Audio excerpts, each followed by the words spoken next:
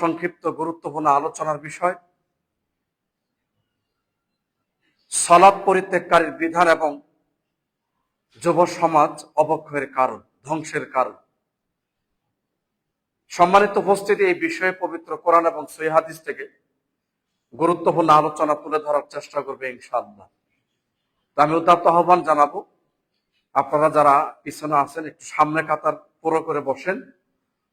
নামাজের শুরুতে বসলে ভালো হয় এবং মনোযোগ দিয়ে বিষয়ভিত্তিক আলোচনা শোনার জন্য আমি উদাত্ত আহ্বান জানাচ্ছি।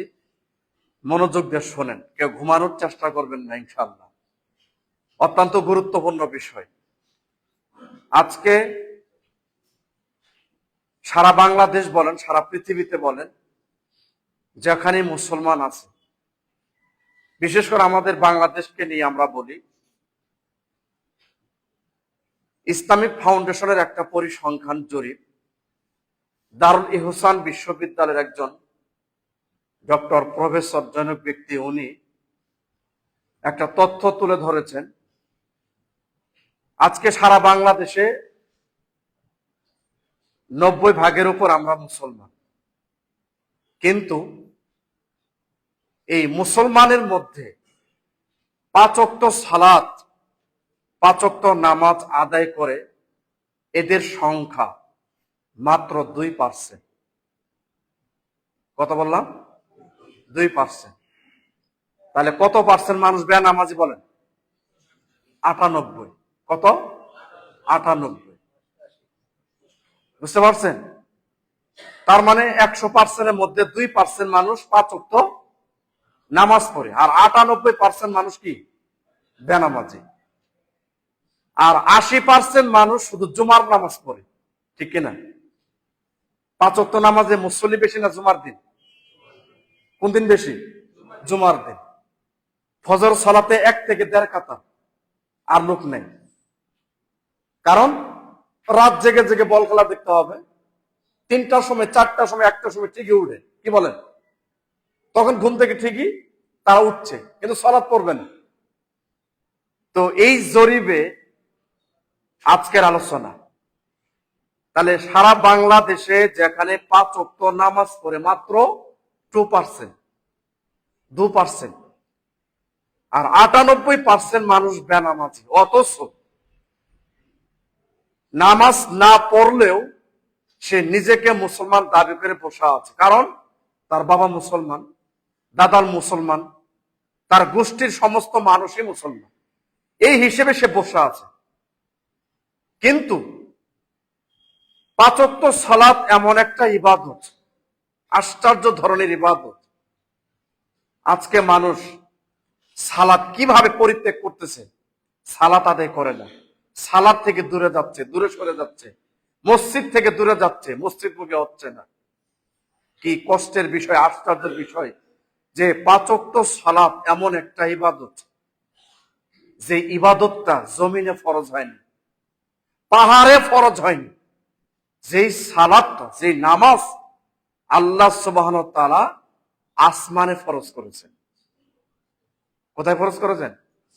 আরশে, আসমানে ফরজ করেছেন, আরশে। কারণ আমাদের নবীকে ডেকে নিয়ে গিয়ে তাকে হাদিয়া হিসেবে 5 ওয়াক্ত সালাত প্রথমে দিয়েছিলেন, 50 ওয়াক্ত সালাত। আল্লাহ সুবহানাহু ওয়া তাআলা তার মুহাম্মদ সাল্লাল্লাহু আলাইহি সাল্লামের কথার অনুযায়ী যে আমার উম্মত পড়তে পারবে না, কারণ আমার উম্মত থাকবে ব্যস্ত, আমার উম্মত থাকবে দুর্বল, হ্যাঁ, আমার উম্মত থাকবে অসুস্থ, ঠিক কিনা? দেখেন তো, মানুষ বেশিরভাগই ব্যস্ত, দুনিয়া নিয়ে ব্যস্ত, বাড়ি নিয়ে, গাড়ি নিয়ে, সবকিছু নিয়ে ব্যস্ত। সালাত পড়তে হবে, আল্লাহর ইবাদত করতে হবে, এটার জন্য ব্যস্ত না। অথচ আল্লাহর একটা উদ্দেশ্য নিয়ে আপনাকে আমাকে বানিয়েছে। দুনিয়াতে আমরা যে আসছি, একসাথে বলেন তো, আল্লাহর একটা উদ্দেশ্য আছে না? বলেন তো সবাই, আছে কিনা? এমনিতে কি আপনাকে আমাকে দুনিয়াতে পাঠিয়েছেন? এমনিতে বলেন, তার একটা উদ্দেশ্য কি? সূরা জারিয়াত আয়াত নাম্বার 56, মহান আল্লাহ বলছেন, ওমা খালাকতুল জিন্না ওয়াল ইনসা ইল্লা লিয়াবুদুন। আল্লাহ বলছেন, আমি দুনিয়াতে 2টা জাতি, একটা মানুষ জাতি ইনসান, আর একটা হচ্ছে জিন জাতি, এই দুইটা জাতি আমি আল্লাহ দুনিয়াতে পাঠিয়েছি আমার একটা উদ্দেশ্য, লিয়াবুদুন, তারা শুধু আমার দাসত্ব, গোলামি, বন্দেগী, আমার আনুগত্য, আমার উপাসনা, আমার ইবাদত করবে, এই জন্য। সুবহানাল্লাহ বলেন। তাহলে এই আয়াত থেকে আমরা জানলাম আমরা কি জাতি, বলেন আমরা কি জাতি? মানুষ। আমরা সকলে কি জাতি? মানুষ। আর একটা জাতি আছে, কি নাম? জিন। তো জিন জাতি আর মানুষ জাতি, এই দুইটা জাতিকে আল্লাহ দুনিয়াতে পাঠিয়েছেন একটা মাত্র উদ্দেশ্য, তার আমরা সকলে তার কি করবো বলেন? ইবাদত। বলেন সকলে কি বলবেন? ইবাদত করবেন। তাহলে এখন দেখেন, ইবাদতের জন্য আল্লাহ আপনাকে আমাকে দুনিয়াতে পাঠিয়েছেন, কিন্তু দুনিয়াতে আসার পর তার সম্পূর্ণ বিপরীত কিনা? বলেন বিপরীত কিনা? বিপরীত না? আল্লাহ বলছেন সূরা তাকাসুর, খুব খেয়াল করেন, সূরা তাকাসুরে আল্লাহ বলছেন আলহাকুমুত তাকাসুর। পৃথিবীর মানুষ শোনো, পৃথিবীর প্রাচুর্য, লোভ লালসা, ইচ্ছা আকাঙ্ক্ষা, তোমাদের অধিক পাওয়া, অধিক ইচ্ছা চাওয়া পাওয়া আমার ইবাদত থেকে, আমার জিকির থেকে তোমাদেরকে কিন্তু গাফেল বানিয়ে রাখছে। ঠিক না বলেন? আল্লাহ বলছেন সূরা তাকাসুর আয়াত নাম্বার 1-2, আলহাকুমুত তাকাসুর। তাকাসুর মানে প্রাচুর্য, ধন সম্পদ, বাড়ি গাড়ি, হ্যাঁ, দুনিয়াবীর অধিক পাওয়ার আকাঙ্ক্ষা, ইচ্ছা, লোভ তোমাদেরকে পাগল বানিয়ে রাখছে, তোমাদের মত্ত করে রাখছে আমার ইবাদত থেকে, আমার জিকির থেকে। কথা বলো ঠিক কিনা? এই জন্য তো আল্লাহ তারপরে আয়াতে বলছেন, শোনো, তোমাদের সকলের আকাঙ্ক্ষা, ইচ্ছা, লোভ লালসা, অধিক পাওয়া একদিন সব বন্ধ হবে। কিভাবে? হাত্তা জুরতুমুল মাকাবির, যতক্ষণ পর্যন্ত তোমরা কবরে না যাবো। ঠিক না বলেন? যতক্ষণ পর্যন্ত আমরা কবরে না যাব, কবরে উপনীত না হচ্ছে, এতক্ষণ পর্যন্ত প্রত্যেকটা আদম সন্তানের লোভ লালসা, ইচ্ছা আকাঙ্ক্ষার কোন শেষ আছে? বলো শেষ আছে? নাই। আবু হুরায়রা রাদিয়াল্লাহু তাআলা আনহু বলেন, সহিহ মুসলিমের হাদিস, শোনা আবু হুরায়রা, আদম সন্তানকে যদি একটা মাঠ ভর্তি স্বর্ণের ময়দান দেওয়া হয়, তাহলে সে দ্বিতীয়টা পাওয়ার জন্য ইচ্ছা করে, আমার যদি দুইটা ময়দান হতো স্বর্ণের। আল্লাহর নবী বলছে আবু হুরায়রা, তাকে দ্বিতীয় স্বর্ণের ময়দান দেওয়া হলো, তবু ওই লোকটা আদম সন্তান তৃতীয় স্বর্ণের পাহাড় পাওয়ার জন্য, স্বর্ণের মাঠ ভর্তি ময়দান পাওয়ার জন্য সে লোভ করে, ইচ্ছা করে, আমার যদি তিনটা হয়তো। চতুর্থ বাক্যে আল্লাহ নবী বলছেন, শোনা আবু হুরায়রা, এই আদম সন্তানের মুখ আর পেট কোন দিন পৃথিবীর অর্থ সম্পদ দিয়ে ভরানো সম্ভব নয়। সেদিনই সম্ভব যেদিন জনগণ তার মুখের উপরে 3 মুষ্টি মাটি দিবে। হাদিস সহিহ মুসলিম। কি ঠিক কিনা বলেন? যেদিন আপনি মারা যাবেন, দেহ থেকে শ্বাসটা চলে যাবে, জনগণ আপনার মুখের উপর 3 মুষ্টি মাটি দিবে, সেদিন থেকে আপনার সমস্ত ইচ্ছা আকাঙ্ক্ষা, লোভ লালসা, আকাঙ্ক্ষা সব শেষ, সব শেষ। ঠিক কিনা? এই জন্য দয়া করে দুনিয়ার প্রতি এত লোভ লালসা করে কোনো লাভ নেই। আজকে মারা যান, 3 দিন পর্যন্ত জনগণ আপনার নাম মুখে রাখবে, 1 সপ্তাহ পর আপনার নাম আর কেউ নেবে? নেবে কি? কেউ নেবে না, আপনার নাম ভুলে যাবে সবাই। এই জন্য সহিহ বুখারীর এই হাদিসটা জেনে রাখবেন।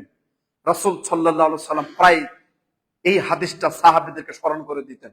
বুখারীতে আসছে, আল্লাহর নবী 10 বছরের খাদেম আনাস রাদিয়াল্লাহু তাআলা আনহু বলেন, রাসূল সাল্লাল্লাহু আলাইহি সাল্লাম বলছেন, শোনো আনাস, যখন মানুষ মৃত্যুবরণ করে মারা যায়, আমরা সকলেই মারা যাব। কি যাব কিনা? যখন আমরা মারা যাব, প্রত্যেকটা মৃত ব্যক্তি, প্রত্যেকটা লাশ মুর্দার সাথে কবর পর্যন্ত 3টা জিনিস যাবে। কটা জিনিস? 3টা জিনিস। তাহলে এখন আমরা যত লোক আছি, নারী পুরুষ, আমরা মারা গেলে কবর পর্যন্ত আপনার আমার সাথে কয়টা জিনিস যাবে? 3টা জিনিস যাবে। 1, আত্মীয় স্বজন, প্রতিবেশী, কাছের মানুষ লাশের পিছনে পিছনে কোন পর্যন্ত? কবর পর্যন্ত যাবে। 2, আপনার সম্পদ, দা বটি, কোদাল, বদনা, বালতি, পানি আরো যা রেখে গেলেন। 3, প্রত্যেকটা লাশ এই মুর্দার তার ব্যক্তিগত নিজস্ব কর্ম আমল কোন পর্যন্ত যাবে? কবর পর্যন্ত। আল্লাহর নবী বলছে, শোনা আনাস, 2টা রিটার্ন হয়ে চলে আসবে, ফিরে আসবে, একটা শুধু প্রত্যেকটা লাশের সাথে, মৃত ব্যক্তির সাথে কবরে থেকে যাবে। বলেন তো তার নাম কি? হাদিস বুঝতে পারছেন সবাই? সহিহ বুখারীর হাদিস। আত্মীয় স্বজন সবাই চলে আসবে, কেউ সাথে যাবে না। ওই যে আপনাকে আরা জঙ্গলে, বাঁশ গাছের ঝাড়ের নিচে, নদীর ধারে, পুকুর পাড়ে আপনাকে সবাই একাই রেখে চলে আসবে, কেউ সাথে যাবে না। সম্পদ সব রিটার্ন হয়ে আসবে, চলে আসবে, একটা জিনিস আপনার সাথে যাবে না। তিন, আপনার সাথে যেই জিনিসটা কবরে থেকে যাবে, আপনার সাথে আমার সাথে যেই জিনিসটা থেকে যাবে, একসাথে বলতো তার নাম কি? আমল। এখন আপনারাই বলেন, আমলের দরকার আছে না নেই? কার কার নাই? সবার আছে না? বলেন কার নাই? সবার আছে। কারণ আল্লাহ কেন বানাইছেন আপনাকে? সূরা মুলক 66 নম্বর সূরা 2 নম্বর আয়াত। আল্লাহ বলছে, আল্লাযী খলাকাল মাউতা ওয়াল হায়াত, আমি আল্লাহ জীবন এবং মৃত্যু। এই যে আমরা যারা বেঁচে আছি, এখন আমাদের কি? জীবন। এখন আমাদের সকলে কি আছে? জীবন। এরপর আমাদের একদিন কি হবে? মৃত্যু। তাহলে আল্লাহ বলছেন জীবন এবং মৃত্যু আমি আল্লাহ সৃষ্টি করেছি শুধু কি করার জন্য? লিয়াবলুয়াকুম আইয়ুকুম আহসানু আমালা। আমি আল্লাহ পরীক্ষা করার জন্য তোমাদেরকে জীবন এবং মৃত্যু আমি আল্লাহ দান করছি, সৃষ্টি করছি। শুধু আমি দেখব যে তোমাদের মধ্যে কে আমলের জগতে সবচেয়ে শ্রেষ্ঠ, কে সবচেয়ে বেশি সৎ আমল করতে পারে, কে সবচেয়ে উত্তম আমল করতে পারে। এর জন্য আমি আল্লাহ পরীক্ষা হিসেবে তোমাদেরকে দুনিয়াতে পাঠিয়েছি জীবন এবং মৃত্যু দিয়ে। সুবহানাল্লাহ বলেন। তাহলে সূরা মুলকের এই 2 নম্বর আয়াত থেকে আমরা কি বুঝলাম? তাহলে আপনার জীবন এবং মৃত্যু কি জন্য তৈরি করছেন? পরীক্ষার জন্য। পরীক্ষাটা কি? বলেন পরীক্ষাটা কি? তোমাদের মধ্যে কে সবচেয়ে আহসানু আমাল, কে সবচেয়ে বেশি বেশি উত্তম আমল করতে পারে, কে তোমাদের মধ্যে বেশি সৎ আমল করতে পারে, এটা আমি আল্লাহ দেখার জন্য তোমাদেরকে জীবনও দিয়েছি, আবার মৃত্যুও দিব। কথা ক্লিয়ার কিনা? তাহলে অবশ্যই এই কয়েকটা কথা থেকে আমি আপনাকে যেটা বোঝাতে চাচ্ছিলাম, রাসূল সাল্লাল্লাহু আলাইহি ওয়াসাল্লাম সহিহ মুসলিমের আরেকটা হাদিস বলছেন, সাহাবীরা বলো, এই যে তোমরা যে বলো ওটা আমার, অমক আমার, তমক আমার, বলি না এটা আমার, ওটা আমার, বলি কিনা আমার আমার। আল্লাহ নবী বলছে, শোনো, আমার আমার বলে কোনো কিছু নেই, মাত্র 3টা। এক, আমি যা খাইছি খাইলাম আমার দেহের জন্য, এটা আমার, কারণ আমি আমার শরীরের জন্য, দেহের জন্য খাচ্ছি। কোন পর্যন্ত আমার? যতক্ষণ পর্যন্ত পেশাব পায়খানার মাধ্যমে শেষ না হচ্ছে এতক্ষণ আমার, ঠিক কিনা? কিন্তু ওটাও একদিন আমার থাকে না, যখন পেশাব পায়খানার মাধ্যমে কি হয়ে যায়? শেষ হয়ে যায়। 2, আমি আমার লজ্জাস্থান, ইজ্জত, সম্মান ঢাকার জন্য যে জামা কাপড় পোশাক পরিধান করছি, এটা আমার। কোন পর্যন্ত আমার? যতক্ষণ পর্যন্ত পুরাতন না হচ্ছে, জীর্ণ শীর্ণ না হচ্ছে, ছিঁড়ে না যাচ্ছে, এতক্ষণ পর্যন্ত আমার। কিন্তু এটাও একদিন আমার থাকে না, যখন ছিঁড়ে শেষ হয়, ঠিক কিনা বলেন? আল্লাহ নবী বলছে, শোনো, আমার আমার বলে যে জিনিসটা অ্যাকচুয়ালি যেটা থেকে যাবে, সেটা হচ্ছে কি? আমার দুনিয়াতে যা দান সাদাকা করে গেলাম আর যে আমলটা নিয়ে গেলাম, এটাই শুধু আমার। সুবহানাল্লাহ। কথা বল ঠিক কিনা? দুনিয়াতে আপনি বেঁচে থাকা অবস্থায় যা দান সাদাকা করবেন, এটা আপনার। কারণ বিখ্যাত একজন আহনাফ তাবি, আহনাফ রাহিমাহুল্লাহ, তিনি একজনের হাতে কিছু দেখে জিজ্ঞেস করছেন, আহনাফ রাহিমাহুল্লাহ বলছে যে আপনার হাতে ওটা কি? অমুক, এই জিনিস, ওটা কার? তো লোকটা বলছে এটা আমার। বলেন তো আপনার হাতে একটা জিনিস থাকলে আমি যদি বলি জিনিসটা কার, আপনি কি বলবেন? বলেন তো কি বলবেন? যা আমার। তো আহনাফ রাহিমাহুল্লাহ বিখ্যাত তাবি, তো তিনি বলছেন এই জিনিসটা আপনার না তখনই আপনার যখন ওই হাতে থাকা জিনিসটা আল্লাহর সন্তুষ্টির জন্য আল্লাহ রাস্তায় যতক্ষণ পর্যন্ত ব্যয় না করবেন, ততক্ষণ পর্যন্ত এই জিনিসটা আপনার না। দেখেন কত চমৎকার কথা। তার মানে যখন আপনার ওই হাতে থাকা জিনিসটা আল্লাহর সন্তুষ্টির জন্য আল্লাহ রাস্তায় যখন ব্যয় করবেন, তখন জিনিসটা কার? তার মানে আমি আমার যে দান সাদাকা দুনিয়াতে করে যাবে, এটা আমার জন্য। যে ইবাদতটা করে যাবে, এটা আমার জন্য। কারণ আম্মা জান আয়েশা রাদিয়াল্লাহু আনহা থেকে বর্ণিত যে কথাটা, ফাতেমা রাদিয়াল্লাহু তাআলা আনহা, বলেন তো জান্নাতি নারীদের সর্দার না? বলেন তো তার মর্যাদা বেশি না কম? বেশি কিনা? বেশি। আল্লাহ নবীর কথাটা মনোযোগ দিয়ে শুনেন। দেখেন ফাতেমা রাদিয়াল্লাহু তাআলা আনহাকে উপদেশ দিয়ে বলছেন, ফাতেমা, তুমি যে মুহাম্মাদের বেটি, তুমি যে মোহাম্মদের মেয়ে কন্যা, এই কথা বললেই যে কবর তোমাকে ছেড়ে দেবে, হিসাব চাইবে না, এমন চিন্তা কোনো দিন মাথায় আনবা না। ফাতেমা, কবর কাউকে বুঝে না, কবর কাউকে চেনে না, কে নবীর মেয়ে আর কে নবীর স্ত্রী কবর বুঝে না। কবর তাকেই বুঝে, কবর তাকেই চেনে যার কর্ম আমল ভালো। কবর বলছে তার সাথে আমার আচরণ হবে ভালো, ঠিক না বলেন? যার আমল নাই, কর্ম নাই, তার সাথে আমার আচরণ হবে খারাপ। তাহলে ফাতেমা রাদিয়াল্লাহু তাআলা আনহাকে আল্লাহ নবী উপদেশ দিয়ে গেলেন যে তুমি নবীর মেয়ে এই কথা বললে কবর ছেড়ে দেবে, এমন চিন্তা করা যাবে না। তোমার আমল দিয়ে, তোমার কর্ম দিয়ে তোমাকে কবরে আযাব থেকে, শাস্তি থেকে তোমাকে রক্ষা করতে হবে, নিজেকে কন্ট্রোল করতে হবে, নিজেকে মুক্ত করতে হবে কবরের শাস্তি থেকে, তোমার আমল দিয়ে। সুবহানাল্লাহ বলেন। অতএব এইটুক কথার মধ্যে আমি যে বোঝাতে চাচ্ছিলাম, তাহলে আপনারাই বলেন তো আমলের দরকার আছে না নেই? সবাই একসাথে বলেন তো, আছে না ইনশাল্লাহ? তাহলে এই আমলের জগতে 24 ঘন্টার মধ্যে 5 ওয়াক্ত সালাতই সবচেয়ে শ্রেষ্ঠ ইবাদত, ঠিক কিনা? কারণ কেন? হজ জীবনে একবার ফরজ। হজ জীবনে কয়বার? আল্লাহ বলছেন যে বাইতুল্লাহ গিয়ে তাওয়াফ করার মতো যাদের সামর্থ্য আছে তারা যেন যায়। তার মানে যাদের নাই তারা কোনোদিন যাবে না। তাহলে জীবনে হজ একবার ফরজ। তাহলে হজ জীবনে কয়বার? একবার। রমজান মাসের সিয়াম বছরে একবার, ঠিক না? রমজান মাসের সিয়াম বছরে কয়বার? একবার। আর নিসাব পরিমাণ সম্পদ, টাকা হলে, অর্থ হলে যাকাত দিতে হয়। যদি কোনোদিন নিসাব পরিমাণ সম্পদ না হয়, যাকাত দিতে হবে না। তাহলে এই তিনটা কথা কেন বললাম? হজ জীবন একবার, জীবন একবার করলে হয়, যদি কোনোদিন না হয় করতে হবে না। বছরে রমজানের সিয়াম বছরে একবার। যাকাত সামর্থ্য হলে দিতে হয়, নিসাব পরিমাণ মাল হলে দিবেন, না হলে নাই। কিন্তু বলেন তো 5 ওয়াক্ত সালাত কি বছরে একবার? বলেন, মাসে মাসে, 15 দিন পর পর, প্রতি সপ্তাহে, এই যে জুমার দিন না? সৌদি আরবের ফতোয়া লাজনা দায়ামাতে বলা হয়েছে 5 ওয়াক্ত যারা সালাত পড়েন না, শুধু জুমার দিন পড়েন, এরকম লোক বেশি না কম? বলেন। তাহলে তাদেরকেও বলছেন এই শুধু জুমার নামাজ পড়ে 5 ওয়াক্ত পড়ে না, এরাও বেনামাজি এবং অমুসলিম। নাউজুবিল্লাহ বলেন। বুঝতে পারছেন? সৌদি আরবের ফতোয়া।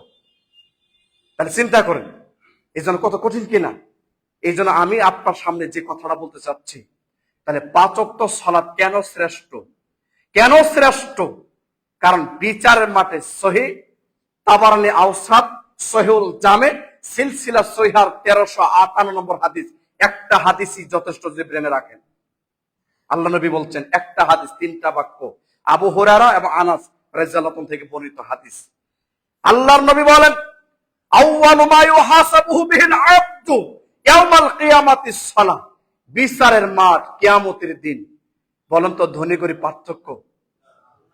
ফকির মিসকিন, হ্যাঁ, নারী পুরুষ, বিচারের মাঠ মানে সবাই এক সমান। কে রাজা আর কে প্রজা ভেদাভেদ নাই। আল্লাহ নবী বলছেন বিচারের মাঠে সর্বপ্রথম, আউয়াল, সর্বপ্রথম প্রত্যেকটা নারী পুরুষ, রাজা বাদশাহ, ধনী গরিব, ফকির মিসকিন, নারী পুরুষ, বিচারের মাঠে আল্লাহ সর্বপ্রথম 1 নাম্বার যে হিসাব দিয়ে তার হিসাবের খাতা স্টার্ট করবেন, শুরু করবেন। আপনার আমার বিচার মাঠে যে হিসাব দিয়ে আল্লাহ স্টার্ট করবেন, শুরু করবেন, প্রথম সেই 1 নাম্বার হিসাবের নাম কি বলেন তো? সালাত, নামাজ। 1 নাম্বার হিসাব সালাত, নামাজ। এটা তো প্রথম বাক্য। দ্বিতীয় বাক্যে নবী বলছেন ফাইন সলোহাত সলোহা লাহু সাইরু আমালি।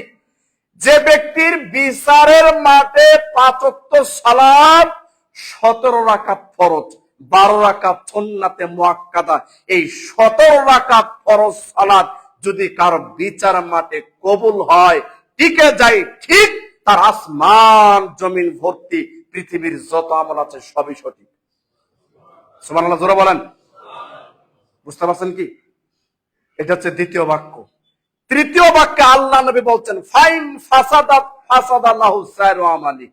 যে ব্যক্তি বিচারের মাঠে 5 ওয়াক্ত সালাত, 17 রাকাত নামাজ ব্যাঠিক, কবুল হয় নাই, টিকে নাই, তার পৃথিবীর সমস্ত আসমান জমিন ভর্তি অন্যান্য যত আমল আছে সবই বাতিল। বলো নাউজুবিল্লাহ। সিলসিলা সহিহার 1358, আবু দাউদ, তিরমিজি, নাসাই, সহিহুল জামে, তাবারানী আওসাত, প্রায় সব গ্রন্থে হাদিসটা আসছে। বুঝতে পারছেন? তাহলে এই একটা হাদিস থেকে 3টা বাক্য শিখলেন। একসাথে বলেন তো, বিচার আমার 1 নাম্বার হিসাব কি? সালাত। 2 নাম্বার, যার সালাত ঠিক সবই ঠিক। আবু হুরায়রা বলছেন, আল্লাহ নবী, তার যদি অন্যান্য আমলের মধ্যে ত্রুটি বিচ্যুতি থাকে, ভুল ভ্রান্তি থাকে, ঘাটতি থাকে, তাহলে কি হবে? আল্লাহর নবী বলছেন, ওই যে ফরজ সালাতটা ঠিক থাকার কারণে আল্লাহ তার অন্যান্য ত্রুটি বিচ্যুতি সব ক্ষমা করে দিবেন, সব মাফ করে দিবেন। অন্যান্য আমল ঘাটতি আছে, সব ক্ষমা করে দিবেন। কারণ সালাত দিয়ে যদি আপনি টিকে যান, সালাত যদি কবুল হয়, তাহলে হজ, উমরা, যাকাত, ফিতরা, ওসর, কুরবানি, নফল রোজা, ফরজ, সুদা যা আছে এগুলোর হিসাব একটাও আল্লাহ ধরবে না। সালাত দিয়ে আপনি পার পেয়ে গেছেন। সুবহানাল্লাহ বলেন। বুঝতে পারছেন? আর যদি সালাত আপনার ব্যাটিক হয়, কবুল নাই, টিকে নাই, সালাত পড়েন নাই, দুনিয়াতে 5 ওয়াক্ত নামাজ পড়েন নাই, তাহলে বিচার মাঠে আপনার অন্যান্য যত আমল আছে সবই কি? ফাসাদাত, মানে কি? বাতিল। বলেন কি? বাতিল, সব ডাস্টবিনে পরিণত হবে। এখন ছোট্ট একটা এক্সাম্পল শুনেন, উদাহরণ। এসএসসি পরীক্ষা বা দাখিল পরীক্ষা, মেট্রিক পরীক্ষা যেটাই বলেন, 10টা সাবজেক্টে পরীক্ষা দেয়, ঠিক কিনা?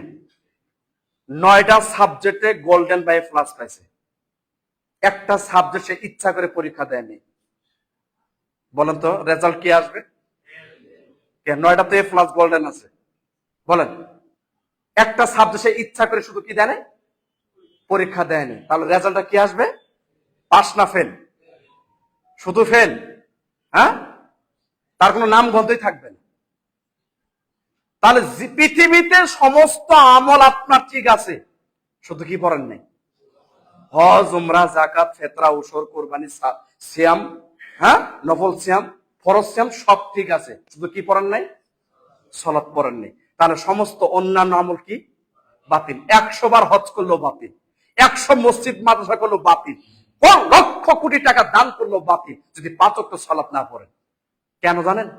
আল্লাহ নবী বলছেন, শোনো, পৃথিবীর সমস্ত আমল ইবাদত আল্লাহর দরবারে কবুল হবে কি হবে না, এটা একমাত্র নির্ভর করে সালাতের উপর। ঠিক কিনা বলেন? সালাতের উপর কি করে? পৃথিবীর সমস্ত ইবাদত আমল কার উপর নির্ভর করে?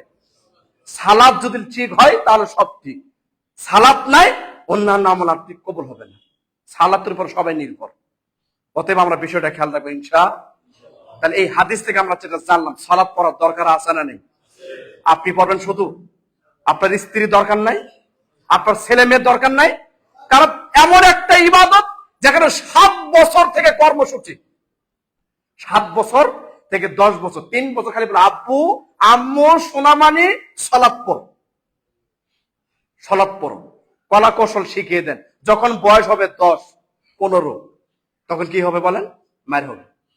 আল্লাহ নবী বলছে, মারো, পিটাও, পিটিয়ে তাকে সালাত পড়াও। অথচ আপনার ছেলে 4টার সময় বল খেলা, ব্রাজিল আর্জেন্টিনার 4টার সময় খেলা, আপনার ছেলে 3টার সময় উঠে বসে আছে। কথা বলো না কেন? ওটাই ওই সময় আপনার ছেলে ঘুম থেকে উঠছে ঠিকই, জীবনে কোনোদিন ফজর সালাতে ওঠে নাই, কিন্তু খেলা দেখার জন্য ঠিকই উঠছে। কথা বলো ঠিক কিনা? অথচ আপনার ছেলে জানা না যে ব্রাজিল আর্জেন্টিনা কে, এরা কে, এরা কি, নেইমার কি, মেসি কি, এরা জানে না। আপনার আমার ছেলে মেয়ে আজকে যারা পাগল হয়ে গেছে, 7.5% জমিন বিক্রি করে 3000 কিলোমিটার পতাকা তৈরি করছে। সুবহানাল্লাহ বলবেন? এই লোকটা জান্নাতি না জাহান্নামী? বলেন তো। জাহান্নামী। যেই ছেলেটা বিশ্বকাপ খেলার মোটর সাইকেলে শোডাউন করতে গিয়ে অ্যাক্সিডেন্টে মারা গেল, সোহাগ নামের ছেলেটা, বলেন তো সে কোথায় যাবে? জান্নাতে না জাহান্নামে? যেই ছেলেটা বিশ্বকাপের পতাকা লাগাতে গিয়ে কারেন্টের আঘাতে শখে বিদ্যুৎ স্ফোট হয়ে সে দুনিয়া থেকে চলে গেছে, সে কোথায় যাবে? জান্নাতে না জাহান্নামে? হ্যাঁ, পতাকা লাগাতে গিয়ে বিদ্যুতের সঙ্গে আঘাতে কি হয়ে গেছে? মারা গেছে। অথচ আপনি চিনেন না, ইহুদি খ্রিস্টান, বলেন তো মুসলমানের শত্রু না বন্ধু? একসাথে বলেন। আল্লাহ বলছেন ইয়া আইয়ুহাল্লাযিনা আমানু, হে ঈমানদারগণ, বিশ্বাসীগণ, ওয়ালা তাত্তাখিযু ইয়াহুদা ওয়ান নাসারা আউলিয়া, ইহুদি খ্রিস্টানদেরকে কোনদিন তোমরা বন্ধু হিসেবে গ্রহণ। ইহুদি আমাদের জাত শত্রু, মুসলমানের জাত শত্রু হচ্ছে ইহুদি। কিয়ামতের আগে ইহুদি পাথরের ভিতরে গাছের মধ্যে লুকিয়ে থাকবে, গাছ পর্যন্ত বলে দিবে, এই মুসলমানের বাচ্চারা তোমরা কোথায় ইহুদি খুঁজছো? এই যে আমি গাছ, আমার মধ্যে ইহুদির বাচ্চা লুকিয়ে আছে, পালিয়ে আছে, তাকে ধরো, হত্যা করো। সুবহানাল্লাহ। তাহলে গাছ পর্যন্ত বলে দিবে যে ইহুদি আমার মধ্যে, ধরো, তাকে হত্যা করো। অথচ আপনার ছেলে মেয়ে আজকে পাগল হয়ে গেছে। কোটি কোটি টাকার জার্সি বিক্রি হয়েছে। গুলিস্তানে একটা ফুটপাতের একটা দোকানদার বলছে, আমার 1 কোটি টাকার উপর আমি জার্সি বিক্রি করছি। এত জার্সি বিক্রি করো কোনোদিন ভাবিনি। চিন্তা করেন, আজকে নিজের বাড়িটা অন্যান্য দেশের পতাকা দিয়ে লাগাচ্ছেন, রং ব্যবহার করছেন, আস্তাগফিরুল্লাহ ওয়া আতুবু ইলাইহি। অথচ ইহুদি খ্রিস্টান আজকে লক্ষ লক্ষ বিলিয়ন বিলিয়ন টাকা দিচ্ছে শুধু ফিলিস্তিন মুসলমানদেরকে হত্যা করার জন্য। কথা বলেন ঠিক কিনা? ফিলিস্তিনদেরকে হত্যা করার জন্য। মেসি বলেন, নেইমার বলেন, যে কোনো কিছু বলেন না কেন, ইহুদি খ্রিস্টানদের কাজ হচ্ছে মুসলমানদেরকে হত্যা করা। কথা বলেন ঠিক কিনা? অতএব আপনার ছেলেকে, আপনার মেয়েকে আপনি ফিরিয়ে নিয়ে আসেন, আপনার ছেলেকে, আপনার মেয়েকে ফিরিয়ে নিয়ে আসেন। আর আমরা যারা খেলা দেখি, 5 ওয়াক্ত নামাজ পড়ি, আমরাও দূরে থাকবো। ওগুলা দেখার কোনো বিষয় না। ওগুলাতে কোনো নেকি আছে? নেকি আছে? বিশ্বকাপ খেলাকে কেন্দ্র করে মোহতারাম আমিরে জামাত প্রফেসর ডক্টর আসাদুল আল গালিব স্যার হাফেজুল্লাহ তিনি বলছেন, বিশ্বকাপকে কেন্দ্র করে কেউ যে একটা টাকা অপচয় করেন, ব্যয় করেন, এই একটা টাকায় আপনাকে জাহান্নামে নিয়ে যাওয়ার কারণ। ঠিক কিনা বলেন? অতএব দূরে থাকবেন। আল্লাহ হেদায়েত দান করুন, বলেন আমিন। 2 নম্বর হাদিস, রাসূল সাল্লাল্লাহু আলাইহি ওয়াসাল্লামের বিখ্যাত সাহাবী, আল্লাহ নবীর বিখ্যাত সাহাবী আমর ইবনে আস রাদিয়াল্লাহু তাআলা আনহু বলেন, মুস্তাদ আহমদ গ্রন্থের 6576 নম্বর হাদিস, রাসূলুল্লাহ সাল্লাল্লাহু আলাইহি ওয়াসাল্লাম বলছেন, মান হাফাজা আলাইহা, যে ব্যক্তি দুনিয়াতে সালাতের হেফাজত করছেন, দুনিয়াতে সালাত পড়ছেন, তাদের জন্য সালাতটা বিচার মাঠে 3টা রূপ ধারণ করবে। সালাতুন নূর, সালাতুল বুরহান, নাজা ইয়াউমাল কিয়ামা। সুবহানাল্লাহ বলেন। যে ব্যক্তি দুনিয়াতে সালাতের হেফাজত করলেন, আদায় করলেন, তার জন্য নামাজটা বিচার মাঠে হবে কি? আলো। বিচার মাঠে হবে দলিল, বিচার মাঠে হবে একমাত্র সেদিন মুক্তির উপায়। সুবহানাল্লাহ। এরপরে নবী বলছেন, যে ব্যক্তি হেফাজত করলো না, ওয়ামাল্লাম ইউহাফিজ আলাইহা, যে ব্যক্তি সালাতের হেফাজত করলো না, তার জন্য সালাতটা বিচার মাঠে আলো হবে না, দলিল হবে না, মুক্তির একমাত্র উপায় হবে না। নবী শেষ বাক্যে বলছেন কি হবে? মা হাসর। কারুন, ফেরাউন, হামান, উবাই ইবনে খালদ, আল্লাহ নবী বলছেন পৃথিবীর সবচেয়ে বিখ্যাত 4 জন কাফের লিডার, সর্দার, এরা কাফের সভাপতি। ঠিক কিনা বলেন? এরা কাফের লিডার, ক্যাপ্টেন। এই 4 জন বিখ্যাত বড় বড় কাফের সাথে প্রত্যেকটা বেনামাজিদের হাসর। নাউজুবিল্লাহ, জোরে বলেন। সহিহ মুসনাদ আহমদ গ্রন্থের 6576 নম্বর হাদিস। তাহলে 4 জন বিখ্যাত কাফের লিডার। 1 নাম্বার কি বললাম? কারুন। 2 নাম্বার ফেরাউন। 3 নাম্বার হামান। 4 উবাই ইবনে খালদ। এই 4 জন কাফের সঙ্গে বিচার মাঠে এদের সাথে হাসর হওয়া মানে নিশ্চিত জান্নাত, নাকি বলেন? জান্নাত না জাহান্নাম? জাহান্নাম। কে বলছে? মুহাম্মদ সাল্লাল্লাহু আলাইহি ওয়াসাল্লাম। আমরা কি 4 জন কাফেরের সঙ্গে থাকতে চাই? তাহলে কি করতে হবে বলেন? তাহলে কি করতে হবে? সালাত। সালাতের বিকল্প কোনো কিছু নেই। আব্দুর রাজ্জাক বিন ইউসুফ হাফেজাহুল্লাহ বলছেন, পৃথিবীর সবচেয়ে জরুরি যেই কাজটা জীবনে সেট করে নিতে হবে সেটা হচ্ছে আগে সালাত। ঠিক কিনা বলেন? আগে সালাত, তারপরে কাজ। আগে সালাত, তারপরে চাকরি। আগে সালাত, তারপরে ব্যবসা। আগে সালাত, তারপরে কৃষিকাজ। আগে সালাত, তারপর আপনার পরিবার। কথা বলেন ঠিক কিনা? আগে সালাত। সালাতকে মূল্যায়ন করতে হবে, সালাতকে দাম দিতে হবে। সালাতই পারে আপনার জীবনকে পরিবর্তন করতে। ঠিক কিনা বলেন? আল্লাহ নবীর কাছে একজন সাহাবী বলছে, আল্লাহ নবী, ওই যে ওই লোকটাকে আপনি বলছেন সালাতের কথা, ও তো রাতে চুরি করে। আরেকজন বলছে ও তো রাতে মদ পান করে, এরপর নামাজ পড়ে। আল্লাহ নবী বলছে, শোনো, অচিরেই ওই নামাজে তাকে চুরি থেকে এবং মদ পান করা থেকে দূরে রাখবে। তাকে মদও খেতে দাও, লোকটাকে চুরিও করতে দাও। সুবহানাল্লাহ বলেন। তো কিছুদিন পরে দেখতে পাচ্ছে সে চুরিও ছেড়ে দিয়েছে, লোকটা মদ পান করাও বাদ দিছে। সালাত এমন একটা ইবাদত, এই জন্য সালাদটা জীবনে আপনাকে সেট করে নিতে হবে। জামাতের সঙ্গে পড়েন, আউয়াল ওয়াক্তে পড়ার চেষ্টা করেন, যেখানে থাকেন সালাদটা আপনি আদায় করেন। দেখবেন যে আপনার জীবনে কোনোদিন রিজিকের অভাব পড়বে না, কোনোদিন টেনশন করতে হবে না, কোনোদিন দুশ্চিন্তা আপনার মাথায় আসবে না। সালাত আগে মূল্যায়ন করে। অতএব আমরা বিষয়টা খেয়াল রাখবো। তাহলে চারজন বিখ্যাত কাফেরের সঙ্গে আমরা কেউ থাকতে, ওদের সঙ্গে থাকা মানে নিশ্চিত কি জাহান্নাম। 3 নম্বর হাদিস, 3 নম্বর হচ্ছে নাসাই গ্রন্থের প্রথম খণ্ড 857 নম্বর হাদিস, যারা সালাত পড়ে না এদেরকে মুসলমান বলা যাবে না। এই হাদিসটা দলিল, বেনামাজিকে মুসলমান বলা যাবে না। মেহজান রাদিয়াল্লাহু তাআলা একজন বিখ্যাত সাহাবী আল্লাহ নবীর কাছে আসছেন, বাড়ি থেকে নামাজ পড়ে নবীর সঙ্গে দেখা করবে। আল্লাহ নবী মসজিদের নববীর সামনে সাহাবীদেরকে নিয়ে বসা আছেন, বসে পরামর্শ করতেছেন। ইতিমধ্যে মেহজান রাদিয়াল্লাহু আনহু এসে ওই মিটিং এ বসলেন। কিছুক্ষণ বসার পরে মসজিদে আজান হলো, আল্লাহ নবী মসজিদে গেলেন, সাহাবীরা মসজিদে গেলেন, মেহজান রাদিয়াল্লাহু আনহু অকালি বসে থাকলেন, আর গেলেন না। কেন গেলেন না বলেন? সে বাড়ি থেকে নামাজ পড়ে আসছে, এই জন্য তিনি আর মসজিদে গেলেন না। আল্লাহ নবী নামাজ শেষ করে এসে দেখেন তাকে দেখে দুইটা বাক্য বলছেন, দেখে দুইটা কথা বলছেন, মানে সবাই গেছে, উনি যান নাই। আল্লাহ নবী বলছেন, মেহজান, যে আল্লাহ নবী, মা মানাকা তুসাল্লিন নাস, তোমাকে কে বাধা দিছে, তোমাকে কে বারণ করছে, কে নিষেধ করছে যে আমাদের সঙ্গে মসজিদে গিয়ে সালাত আদায় করতে? তোমাকে কেউ বাধা দিছে? তোমাকে কেউ বারণ করছে যে আমাদের সঙ্গে জামাতের সাথে সালাত আদায় করতে, মসজিদে গিয়ে যেতে নিষেধ করছে তোমাকে? আল্লাহ নবী দ্বিতীয় বাক্যে বলছেন, আলাস্তা বিরজুলিন মুসলিম, তুমি কি নিজেকে একজন মুসলিম দাবি করো না? সুবহানাল্লাহ বলেন। তখন মেহজান রাদিয়াল্লাহু আনহু বলছেন, আল্লাহ নবী, আমি ভাবছি আপনারা সালাত পরে বৈঠক করছেন, এই জন্য আমি বাড়ি থেকে পড়ে আসছি। সুবহানাল্লাহ।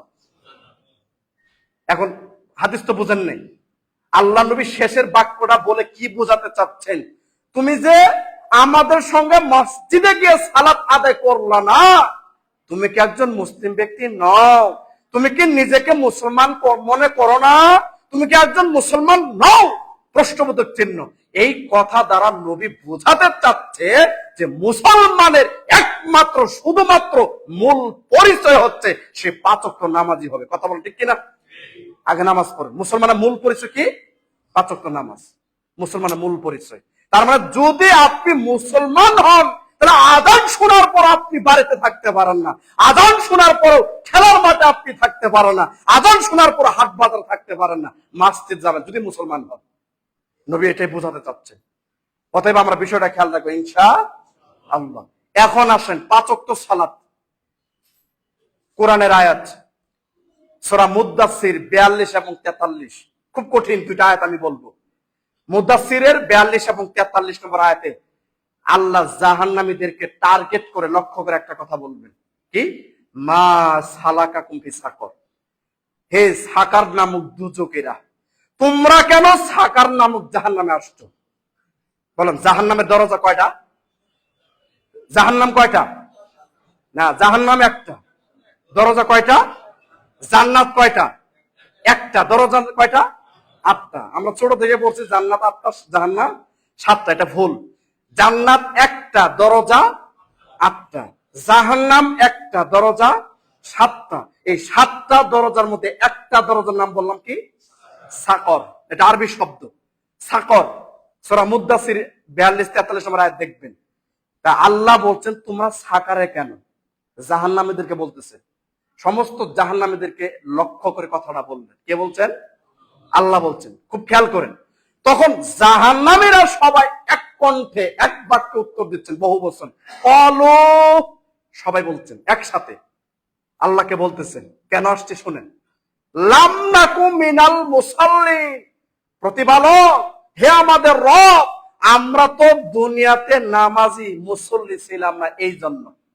সুবহানাল্লাহ, নাউজুবিল্লাহ, সুবহানাল্লাহ বলেন। এখন আপনারাই বলেন, তাহলে পৃথিবীর সমস্ত বেনামাজিদের থাকার জাহান্নামের দরজার নাম কি? সাকার। থাকতে চাই? এখন আসুন সাকার কি? আল্লাহ বলছেন অন্য আয়াতে, মুহাম্মদ সাল্লাল্লাহু আলাইহি ওয়াসাল্লাম, আপনি কি জানেন সাকার কি? ওমা আদরাকা মা সাকার, নবী আপনার কি জানা আছে সাকার নামক জাহান্নামটা কেমন? নবী বলছে আমার জানা নেই। আল্লাহ বলছে সাকার নামক এমন একটা জাহান্নাম, যেই জাহান্নামে মানুষকে আল্লাহ কি বাঁচিয়েও রাখবেন না, আবার মেরেও ফেলবেন না। 1 সেকেন্ডের জন্য শাস্তি আল্লাহ বন্ধ রাখবে না, কন্টিনিউ শাস্তি চলবে। এর নাম সাকার। বল নাউজুবিল্লাহ। 1 সেকেন্ডের জন্য বন্ধ নেই। এখন আসুন সূরা মারিয়াম আয়াত নাম্বার 59। এটা গেল মুদাসসিরে 42-43। সূরা মারিয়াম আয়াত নাম্বার 59 আরো কঠিন।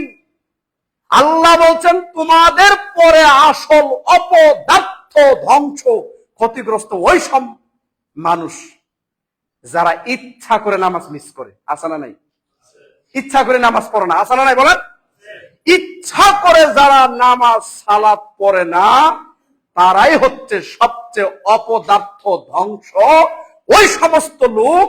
তাদেরকে আল্লাহ বলছেন ফাসাউফা ইয়ালকাউনা গাইয়া, আমি আল্লাহ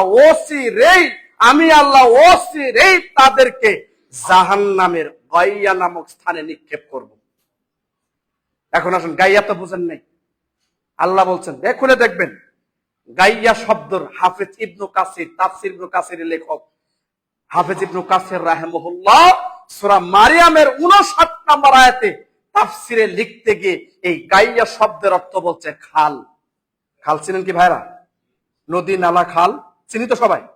খাল, জাহান্নামের ভিতরে আরেকটা গর্ত খাল, একে আরবিতে বলা হয় গাইয়া। বুঝতে পারছেন তো? দুনিয়ার সমস্ত খালে কি থাকে?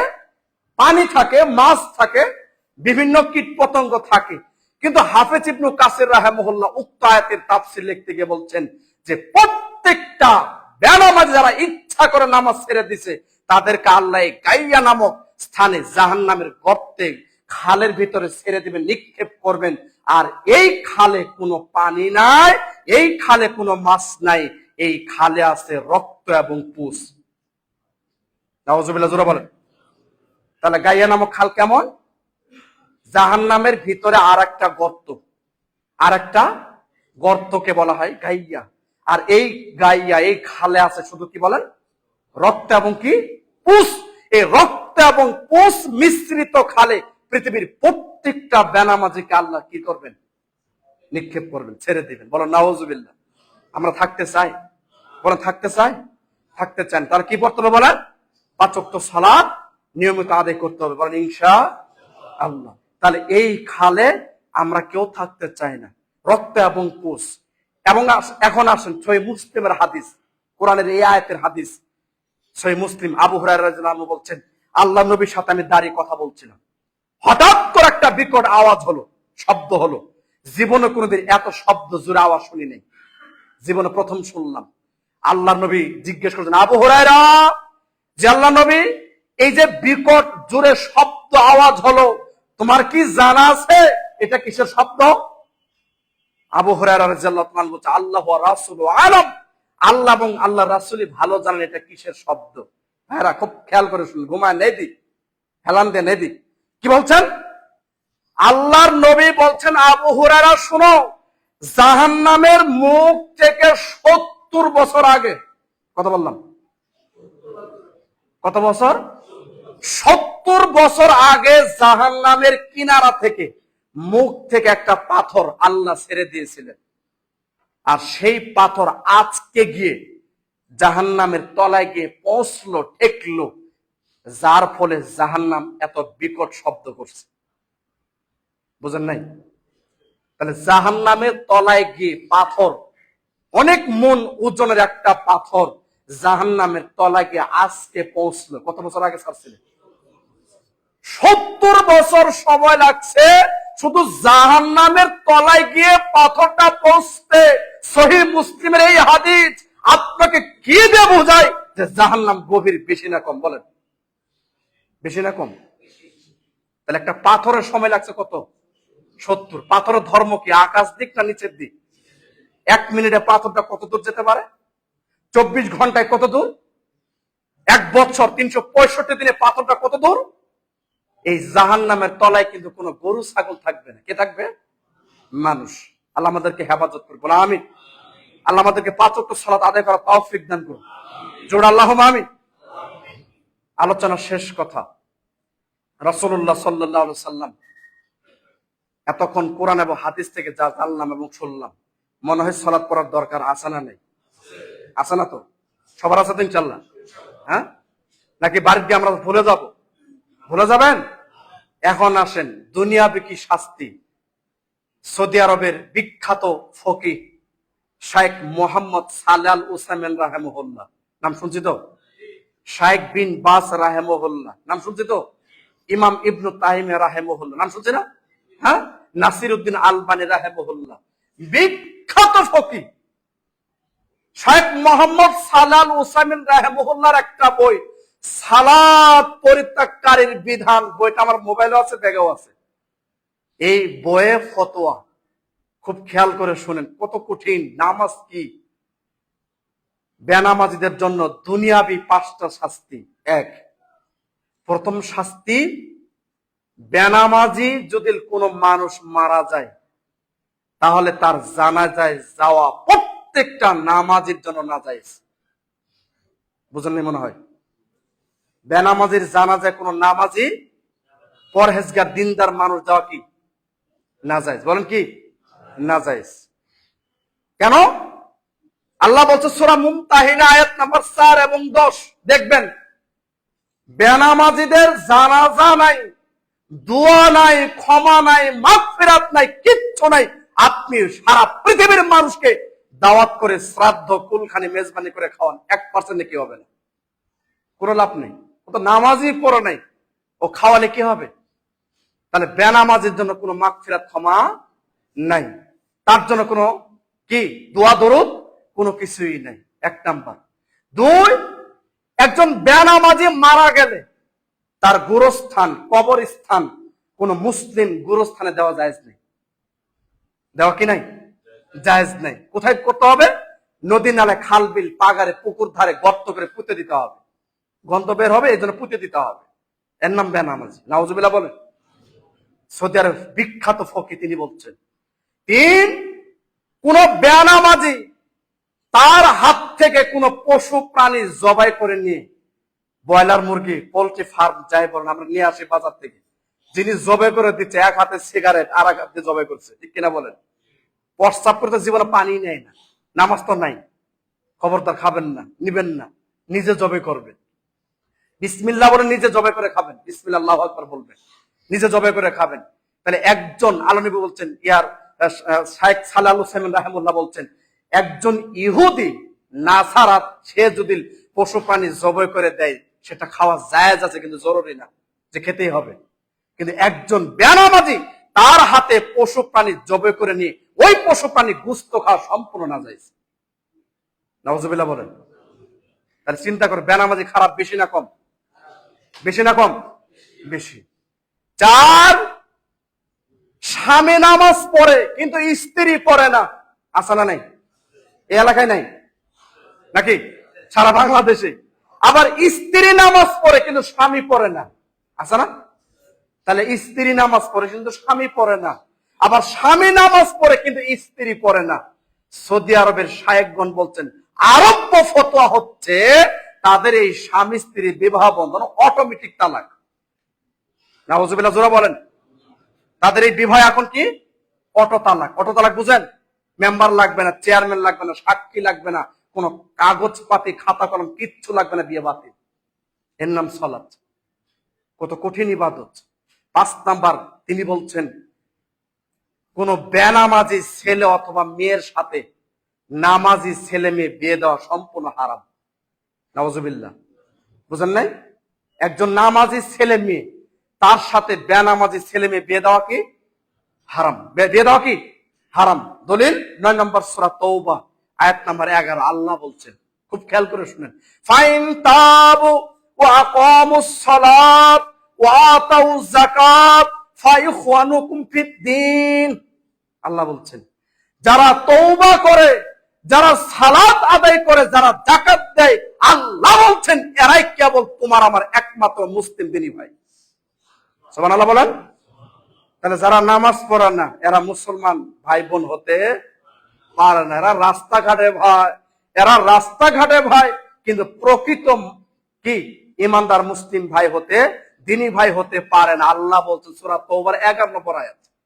অতএব বেনামাজি ছেলের সাথে, বেনামাজি মেয়ের সাথে নামাজি ছেলে মেয়ে বিয়ে দেওয়া হারাম, জায়েজ নাই।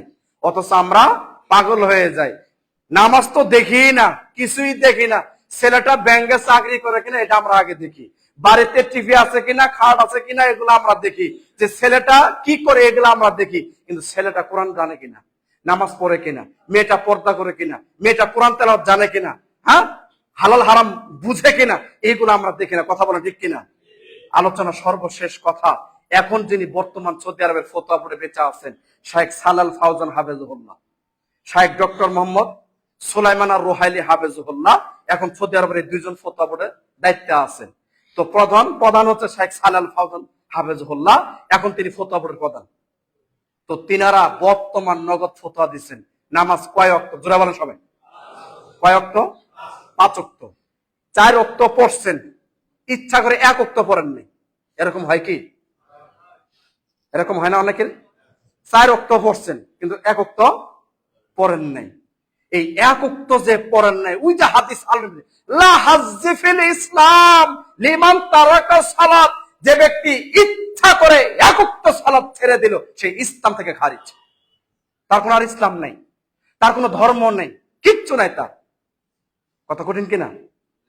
তাহলে ইচ্ছা করে যদি কেউ 1 ওয়াক্ত সালাত ছেড়ে দেন, ইচ্ছা করে, তাহলে আপনি ইসলাম থেকে খারিজ। নতুন করে গোসল করবেন, আবার কালেমা শাহাদত পড়বেন প্রকাশ্যে, ইসলাম নতুন করে গ্রহণ করে, গোসল করে, ওযু করে, তওবা করে, এখন আপনি মুসলমান। এর আগে আপনি কাফের। মনে হয় বুঝতে পারিনি? এর আগে কি কাফের? কেন নবী বলছেন ইন্না বাইনা রাজুল ওয়া কাফের ওয়া তারকু সালাত। আরেক বর্ণে বলছে কুফর আর শিরকু আল কুফর ওয়া তারকু সালাত, মুসলমান আর কাফের, মুসলমান আর শিরককারী, মুসলমান আর কাফের শিরককারী, এদের মধ্যে একমাত্র পার্থক্য হচ্ছে কি বলেন? সালাত। যারা সালাত পড়ে মুসলমান, যারা সালাত পড়ে না তারা আল্লাহর সাথে শিরক করলো, যারা সালাত পড়ে না এরা আল্লাহর সাথে কুফরি করলো, বলে নাউজুবিল্লাহ। অতএব সহিহ মুসলিমের হাদিস বললাম, আল্লাহ আমাদেরকে সকলকে 5 ওয়াক্ত সালাত আদায় করার তৌফিক দান করুন। জোরে বলা আমিন, জোরে আল্লাহুম্মা আমিন। আসেন আলোচনা থেকে আমরা যে জিনিসটা জানলাম, বুঝলাম, আল্লাহ সুবহানাহু ওয়া তাআলা আমাদেরকে দুনিয়াবি সকল কুসংস্কার, দুনিয়ার সকল গান বাজনা খেল তামসা থেকে আল্লাহ আমাদেরকে হেফাজত করে। জোরে বলা আমিন। আজকে নারী পুরুষ পাগল হয়ে গেছে খেলার পিছনে। সারা বিশ্বের সবচেয়ে এত বাজেটের খেলা 10,000 কোটি টাকা। শাইখ আহমদুল্লাহ হাফেজুল্লাহ তিনি বলছেন 22 সালে কাতার বিশ্বকাপ, 2022 সালে যেটা ছিল 220 মিলিয়ন ছিল, আর 40 মিলিয়ন টাকা হলে সারা বিশ্বের প্রায় 5 কোটির উপরে ক্ষুধার্ত শিশু মানুষদেরকে খাওয়ানো যেত ওই বল খেলা টাকা দিয়ে। চিন্তা করুন তাহলে কি পরিমাণ টাকা ব্যয় করছে। আজকে এই টাকার পিছনে আমরা দৌড়াচ্ছি। যিনি প্রথম ফার্স্ট হবে তিনি পাবে 611 কোটি টাকা। তাহলে চিন্তা করেন কি পরিমাণ টাকা। অথচ আমাদের বাংলাদেশের মানুষ সবচেয়ে বেশি পাগল, গরু ছাগল হয়ে গেছে, পাগল হয়ে গেছে। কালকে একটা মেয়ে বলছে যে মেসির, নেইমারের যদি 10 নম্বর বউ থাকে তাহলে আমি হবে 11 নম্বর, আমার বান্ধবী হবে 12 নম্বর। নাউজুবিল্লাহ, জোরে বলেন। আর একটা ছেলে বলছেন যে জীবনে কোনো দিন বিয়ে করবো না যদি আর্জেন্টিনা কাপ না নেই। নাউজুবিল্লাহ বলেন। পাগল হয়ে গেছে মানুষ, কত পাগল হয়ে গেছে। অথচ বিশ্বকাপ এটা আন্তর্জাতিক সবচেয়ে বড় জুয়া। কথা বলে ঠিক কিনা? আন্তর্জাতিক সবচেয়ে বড় জুয়া। এই জুয়া, গান বাজনা, লুডো, দাবা, ক্যারাম, তাস, ফ্রি ফায়ার, পাবজি গেম ইত্যাদি আজকে আপনার ছেলেকে, আপনার মেয়েকে ধ্বংস করে দিচ্ছে। ঠিক কিনা বলেন? হ্যাঁ, 5 বছর 6 বছর বাচ্চারা ধূমপান করে, ইয়াবা খায়, গাম খায়, হিরোইন খায়। আপনি কোনোদিন খেয়াল করেন না, দেখেন না যে আপনার বাচ্চা কি করে, কার সাথে মিশছে, কার সাথে চলে, এগুলো আপনি খেয়াল করেন না। আজকে যুব সমাজ প্রায় ধ্বংসের পথে, প্রায় ধ্বংসের পথে। এই জন্য আল্লাহ নবী বলছেন এই দেশে যখন 3টা পাপ বেশি হবে তখন সবচেয়ে 3টা গজব নামবে। তার একটা গজব কালকে বুঝছে, ভেনেজুয়েলায়। ভেনেজুয়েলায় কালকে ভূমিকম্প হয়েছে না? জাপানে ভূমিকম্প হয়েছে এবং আমেরিকাতে হয়েছে। ভেনেজুয়েলায় সবচেয়ে বেশি ভূমিকম্প, 7.5 মাত্রায়, প্রায় 1 লক্ষের উপরে মানুষ সেদিনই মারা গেছে কালকে। বুঝতে পারছেন? আর তো লাশ বের হইতেই আছে। ভূমিকম্প কেন হয়? ভূমিকম্প কেন হয়? আপনার কারণে, আপনার ছেলের কারণে, আপনার মেয়ের কারণে। আল্লাহ নবী বলছেন খাসফুন কাসফুন ওয়া মাসখুন, তিনটা গজব। খাসফুন ভূমিকম্প বেশি হবে, কি আগের চেয়ে বেশি না কম? মাসখুন আকার আকৃতির পরিবর্তন। রাতে ছিল মানুষ, সকালে হয়ে আছে বানর। ঘুম থেকে উঠে থাকে সে কুত্তা হয়ে আছে, রাতে সে মানুষ হয়ে ঘুম আসছিলেন। হবে সামনে, এখনো হচ্ছে, প্রায় অনেক দেশে হচ্ছে। রাতে মানুষ, সকালের দিকে কুকুর হয়ে আছে। বুঝতে পারছেন? আর 3 নাম্বার, সর্ব ধরনের গজব বিপদ নামবে। শুধু একটু ধৈর্য ধরেন, কিছুদিন পরে পাথরের বৃষ্টি নামে। পাথর যার গায়ে লাগবে, যে জায়গায় লাগবে ওখানে পছন্দ ধরবে। বুঝেন নাই মনে হয়? শুধু কিসের কারণে? আল্লাহ বলছেন তোমাদের 2 হাতের ইনকাম, তোমাদের 2 হাতের ফসল, পাপের ফসল হিসেবে আমি আল্লাহ তোমাদের জন্য ভূমিকম্প দিব। ভূমিকম্প দিয়ে মাটির নিচে ধসে দিব। আল্লাহ আমাদেরকে হেফাজত করে, বলা আমিন। আপনার ছেলের কারণে, আপনার মেয়ের কারণে ভালো মানুষগুলো ভূমিকম্পে, ভালো মানুষগুলো ক্ষতিগ্রস্ত হয়ে যাবে, শুধু আপনার মেয়ের কারণে, ছেলের কারণে। ঠিক কিনা বলেন? কারণ 3টা পাপ যখন বেশি চলবে, এক, নেশাদার দ্রব্য যখন মানুষ ব্যাপক হারে খাবে, পান করবে, কি নামাজি, কি গাজী, কি হাজি, প্রায় অধিকাংশ মানুষই কি করে বলেন? নেশা করে, বিড়ি সিগারেট খায়। কি সুন্দর মানুষ 5 ওয়াক্ত নামাজ পড়ে গিয়ে সিগারেট লাগায়, আছে না নাই? মসজিদ থেকে বের হয়ে সিনেমা, 4 দোকানে গিয়ে সিনেমা দেখছে, উলঙ্গ মেয়ের ছবি দেখছে, আছে না? লাভ কি? তাহলে যখন মানুষ ব্যাপক হারে নেশা জাতীয় বিড়ি, সিগারেট, জর্দা, গুল, তামাক, আফিম, হিরোইন, ইয়াবা, গাম, ফেন্সিডিল, হ্যাঁ হ্যাঁ, যত আছে নেশা জাতীয় দ্রব্য, এগুলো যখন মানুষ ব্যাপক হারে খাবে, পান করবে, তখন কয়টা গজব? 3টা গজব। প্রথম গজব কি? ভূমিকম্প। দ্বিতীয় গজব কি? মানুষের আকার আকৃতি পরিবর্তন। 3 নাম্বার গজব কি? সর্ব ধরনের আসমান থেকে কি আসবে? গজব, বিপদ নামবে, দুনিয়াতে বিশৃঙ্খলা দেখা দিবে। 2 নাম্বার পাপ, যখন নায়িকা দিয়ে, গায়িকা দিয়ে নেতা নেত্রী, এমপি, মন্ত্রীদেরকে কি জানানো হবে? স্বাগত জানানো হবে। মানে এমপি সাহেব আসছে, নেতা সাহেব আসছে, 9, 10 অথবা কলেজ পড়ুয়া মেয়েকে সুন্দর করে সাজে তাদের সামনে কি করতে হবে? নৃত্য দিতে হবে, নাচাতে হবে। এই কাজ যখন ব্যাপক হারে চলবে, তখন 3টা গজব নামবে। কথা বলেন ঠিক কিনা? এগুলা বেশি না কম? আগের চেয়ে বেশি না কম? 3 নাম্বার, বাদ্যযন্ত্রের প্রচার প্রসার যখন ব্যাপক হারে চলবে। বাদ্যযন্ত্র, প্রায় মানুষের মোবাইলে গান, প্রায় মানুষের মোবাইলে গান বাজনা, আছে না নাই? কি নামাজি বলেন আর কি বেনামাজি বলেন, প্রায় মানুষের মোবাইলে গান, প্রায় মানুষের মোবাইলে সিনেমা, আছে না নাই? বাদ্যযন্ত্র আলোচনার শেষ হাদিস, আল্লাহ নবীর বিখ্যাত সাহাবী আব্দুল্লাহ ইবনে ওমর সাথে করে নিয়ে আল্লাহ নবী রাস্তা হাঁটছিলেন। হাঁটতে হাঁটতে আল্লাহ নবীর কানে বাদ্যযন্ত্রের আওয়াজ আসলো। আল্লাহ নবী তার শাহাদত 2টা আঙ্গুলি কানের মধ্যে ঢুকিয়ে দিয়ে বলছেন, আব্দুল্লাহ ইবনে ওমর, যে আল্লাহ নবী, এখন কি কোনো গান বা তার বাদ্যযন্ত্রের আওয়াজ তুমি কি শুনতে পাও? আল্লাহ নবী কানের মধ্যে নখ দিয়ে কিন্তু বলতেছেন। তখন আব্দুল্লাহ ইবনে ওমর বলছে, আল্লাহ নবী এখন আর শোনা যাচ্ছে না।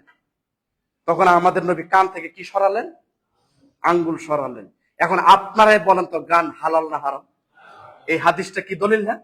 এই হাদিসটা দলিল কিনা? দলিল।